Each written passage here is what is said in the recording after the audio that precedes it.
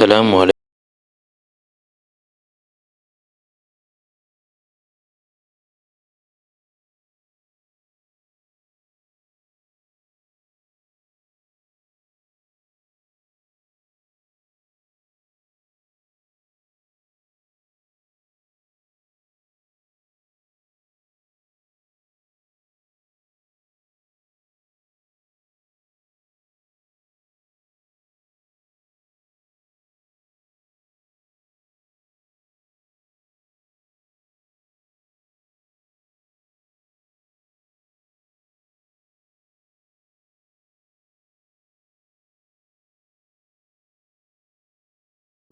মানুষের হেদায়েতের জন্য তাকে দেয়া হয়েছিল আসমানি কিতাব, নাম তার জাবুর শরীফ।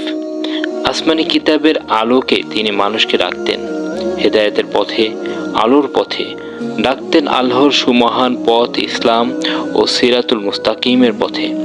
মহান আল্লাহ দিয়েছেন তাকে অনেক মুজিজা বা কুদরতে ইলাহি।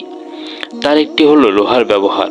পৃথিবীর ইতিহাসে সর্বপ্রথম লোহাকে ব্যবহার করতেন তিনি। লোহাকে আগুনে গলিয়ে প্রয়োজনীয় জিনিস ব্যবহার উপযোগী করতেন। লোহা দিয়ে বানাতেন যুদ্ধাস্ত্র, বানাতেন লৌহ বর্ম। এইভাবেই তিনি হলেন পৃথিবীর প্রথম ইঞ্জিনিয়ার। পাহাড় পর্বত, গাছপালা, পশু পাখি, এমনকি পানির মাছ পর্যন্ত অনুগত হয়েছিল হযরত দাউদ আলাইহিসসালামের ওপর। হযরত দাউদ আলাইহিসসালামের সুমধুর কণ্ঠের অধিকারী ছিলেন হযরত দাউদ আলাইহিসসালাম। সুমধুর ও সুললিত কণ্ঠে জাবুর তিলাওয়াত করতেন হযরত দাউদ আলাইহিসসালাম। পাহাড় পর্বতে প্রতিধ্বনিত হতো তার তিলাওয়াত, থেমে যেত পাখিদের কলকাকলি। পাহাড় পর্বত, গাছপালা ও পাখিদের থেকে আসতো তাসবিহের আওয়াজ। এসবই ছিল মহান আল্লাহর কুদরত। একদা ঘটে গেল অন্য ঘটনা। হযরত দাউদ আলাইহিসসালাম এর কাছে এলেন দুজন ব্যক্তি। তাদের একজন ছিল ফসলি জমির মালিক, অপরজন এক পাল ছাগলের মালিক। দুজনেই এসেছিলেন একটি বিচার নিয়ে। জমির মালিক হলেন অভিযোগকারী কিংবা বাদী, আর ছাগল পালের মালিক হলেন অভিযুক্ত কিংবা বিবাদী। বাদীর অভিযোগ ছিল ছাগলের পাল নষ্ট করে ফেলেছে ফসলি জমির সকল ফসল। হযরত দাউদ আলাইহিসসালাম শুনলেন বাদীর কথা, শুনলেন বিবাদীর কথাও মনোযোগ ও ধৈর্যের সাথে। বাদীর করা অভিযোগ তিল পরিমাণও অস্বীকার করেননি বিবাদী। এখন রায়ের পালা। রায় দিলেন হযরত দাউদ আলাইহিসসালাম। তিনি একজন মানুষ হিসেবে ইজতিহাদী রায় দিলেন তিনি। রায়টি হলো এমন: জিতে গেল জমির মালিক, হেরে গেল ছাগল পালের মালিক। ছাগল পাল দিয়ে দিতে হবে জমির মালিককে, কারণ ফসলের দাম ও ছাগলের পালের দাম ছিল সমান সমান। কাজেই ক্ষতিপূরণ আদায় হয়ে যাবে এর মাধ্যমে। রায়ের ফলে বাদী হলেন সম্পদশালী ও বিবাদী হলো নিঃস্ব। বাদী এবং বিবাদী বের হয়ে যাচ্ছেন হযরত দাউদ আলাইহিসসালামের আদালত থেকে। দরজায় দেখা তাদের সাথে হযরত সুলাইমান আলাইহিসসালামের। হযরত সুলাইমান আলাইহিসসালাম ছিলেন হযরত দাউদ আলাইহিসসালামের পুত্র। আল্লাহর একজন নবীও ছিলেন তিনি, নবীর পুত্র নবী। হযরত সুলাইমান আলাইহিসসালাম জিজ্ঞেস করলেন রায় সম্পর্কে। রায় শুনলেন তিনি বাদী বিবাদীর কাছ থেকে। রায় শুনে তিনি বিব্রত বোধ করলেন। বললেন, আমি রায় দিলে হতো অন্যরকম, তাতে উপকৃত হতো দুজনেই। হযরত সুলাইমান আলাইহিসসালাম হাজির হলেন পিতা দাউদ আলাইহিসসালামের খিদমতে। তাকে জানালেন তিনি এ ঘটনা। হযরত দাউদ আলাইহিসসালাম জিজ্ঞেস করলেন প্রিয় পুত্রকে, আমার দেয়া রায় থেকে উত্তম এবং উপকারী রায় তাহলে কোনটি? হযরত সুলাইমান আলাইহিসসালাম ওহীর মাধ্যমে অবগত হয়ে বিচক্ষণতা ও বুদ্ধিমত্তার সাথে বললেন, আপনি ছাগলের পাল জমির মালিককে দিন। জমির মালিক ছাগলের দুধ ও পশম দিয়ে উপকৃত হোক, আর ফসলের ক্ষেত দিন ছাগলের মালিককে, সে পরিচর্যা করুক ফসলের ক্ষেত। ফসল যখন আগের অবস্থানে ফিরে যাবে তখন ফসলের ক্ষেত দিবেন জমির মালিককে, আর ছাগলের পাল ফেরত দিবেন ছাগলের মালিককে। ক্ষতি হবে না কারোরই, পরিপূর্ণ ইনসাফ করা হবে দুজনের উপরই।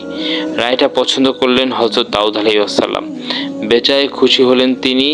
দোয়া করলেন আল্লাহর কাছে প্রিয় পুত্র হযরত সুলাইমান আলাইহিসসালামের জন্য।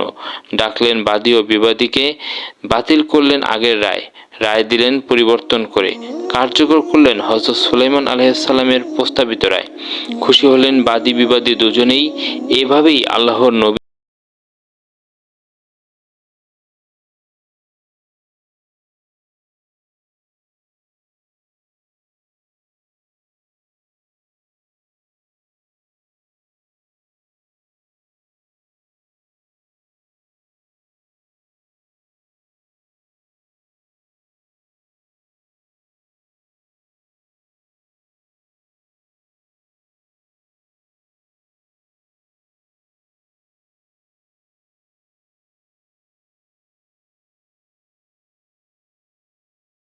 সাল্লাম ছিলেন নবী ও শাসক, দুটি দায়িত্বই একসাথে তার উপর ছিল।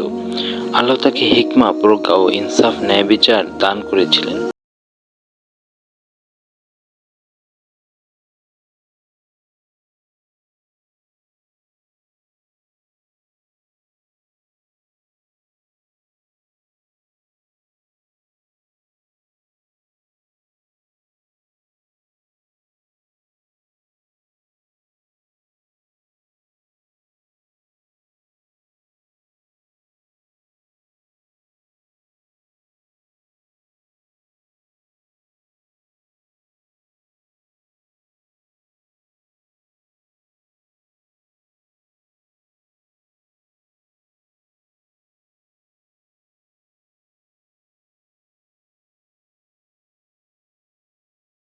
চান তিনি দেরি করেননি, অহংকার করেননি।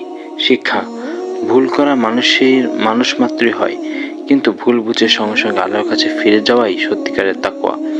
বড় মানুষ মানে ভুলহীন নয়, বরং ভুল স্বীকারকারী। 4. ক্ষমতা আল্লাহর পরীক্ষা।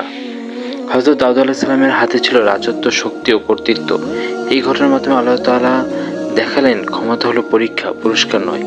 শিক্ষা: ক্ষমতা পেলে বিনয়ী হতে হবে, ক্ষমতা দিয়ে জুলুম নয়, ইনসাফ করতে হবে। আল্লাহ যাকে বড় করেন তাকে বেশি জবাবদিহি করতে হয়। 5. হালাল রুজি ও শ্রমের মর্যাদা। হযরত দাউদ আলাইহিস সালাম নিজ হাতে লোহা দিয়ে বর্ম বানিয়ে জীবিকা নির্বাহ করতেন, যদিও তিনি রাজা ছিলেন। শিক্ষা: হালাল উপার্জন ইবাদতের অংশ। নিজ পরিশ্রমে খাওয়া সবচেয়ে সম্মানজনক। অলসতা ও হারাম আয় ইসলামে নিন্দনীয়। 6. প্রকৃতি আল্লাহর আদেশ মানে। পাহাড়, পাখি সবই দাউদ আলাইহিস সালামের সাথে আল্লাহর তাসবিহ পাঠ করত। শিক্ষা: গোটা সৃষ্টি আল্লাহর আনুগত্যে ব্যস্ত। মানুষ হয়েও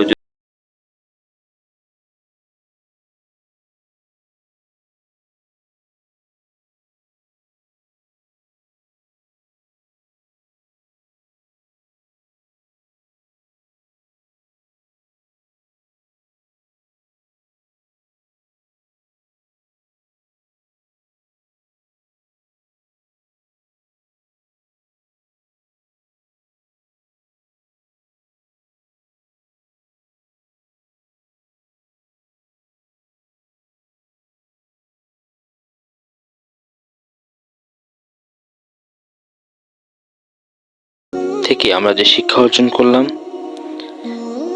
আল্লাহ তাআলা আমাদেরকে সেই শিক্ষা বাস্তব জীবনে আমল করে দিনের পথে চলার তৌফিক দান করুক। আমিন। জাযাকাল্লাহু খাইরান। সকলে ভালো থাকবেন, সুস্থ থাকবেন। মুসলিমের সময় চ্যানেলটিকে লাইক, কমেন্টস, শেয়ার ও সাবস্ক্রাইব করে দিনের কাজে উৎসাহ প্রদান করবেন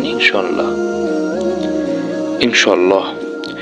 পরবর্তী ভিডিও দেখতে ভিজিট করুন মুসলিমের সময় ইউটিউব চ্যানেল এবং পরবর্তী ভিডিওর নোটিফিকেশন পেতে বেল আইকনটি প্রেস করে রাখুন। ফলো করুন আমাদের ফেসবুক পেজ মুসলিমের সময়। আসসালামু আলাইকুম ওয়া রাহমাতুল্লাহি ওয়া বারাকাতুহু।